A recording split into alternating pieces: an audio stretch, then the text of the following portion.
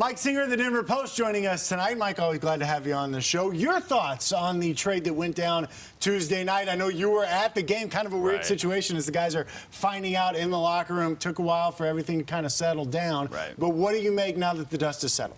I think it was a win for the Nuggets. Obviously, 4-team trade involving Houston, Minnesota, and Atlanta. You get Clint Capella from the Rockets, you send him to Atlanta, you get him out, you don't have to worry about him in the postseason. For the Nuggets, you end up getting Shabazz Napier, Noah Vonleh, and Keita Bates-Diop. Then they flip Shabazz Napier, they move him to Washington for Jordan McRae.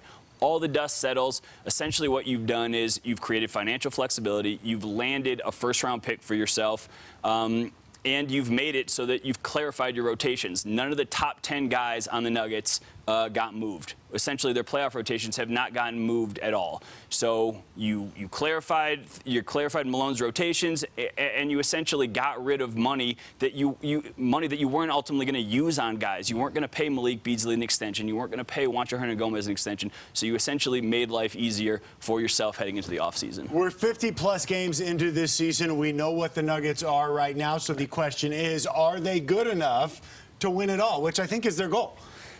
Yeah, I do think so, and I know that that's somewhat loaded, given that you have the Western Conference powers in Los Angeles and the Lakers and the Clippers.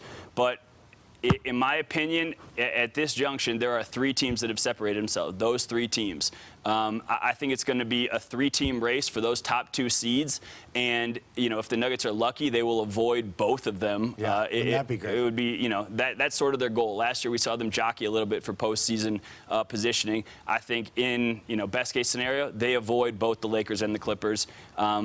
But those are the teams, and we're going to get a referendum on how the Nuggets stack up to those teams very shortly. Lakers come to town on Wednesday, and then the Nuggets travel to L.A. to face the Clippers later this month. So we're really going to have a good idea of where they stand. A lot was made of their 7-player win in Utah earlier this week. You were at that game. How impressive was it to watch that in person?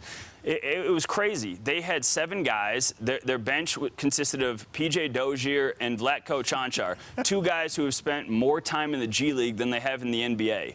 So, and then you have your starting 5, and Gary Harris shoots 0 of 13 from the field. And yet they still somehow managed to win. Nikola Jokic goes crazy. Jamal Murray goes crazy.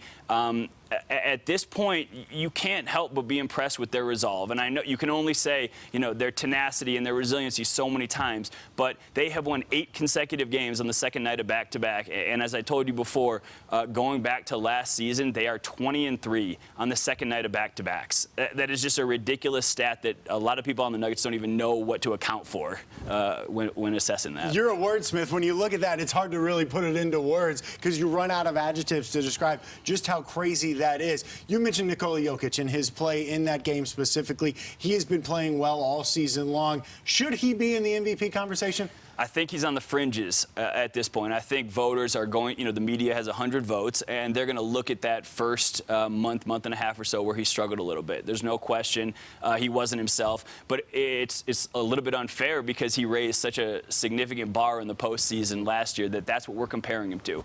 So at this point, given all the injuries that have hit the Nuggets, I mean, you have Mason Plumlee out, Paul Millsap, Jamal Murray, Michael Porter Jr., Will Barton, the list goes on, and yet they thrive in January. They went 11-5 in January because of Nikola Jokic.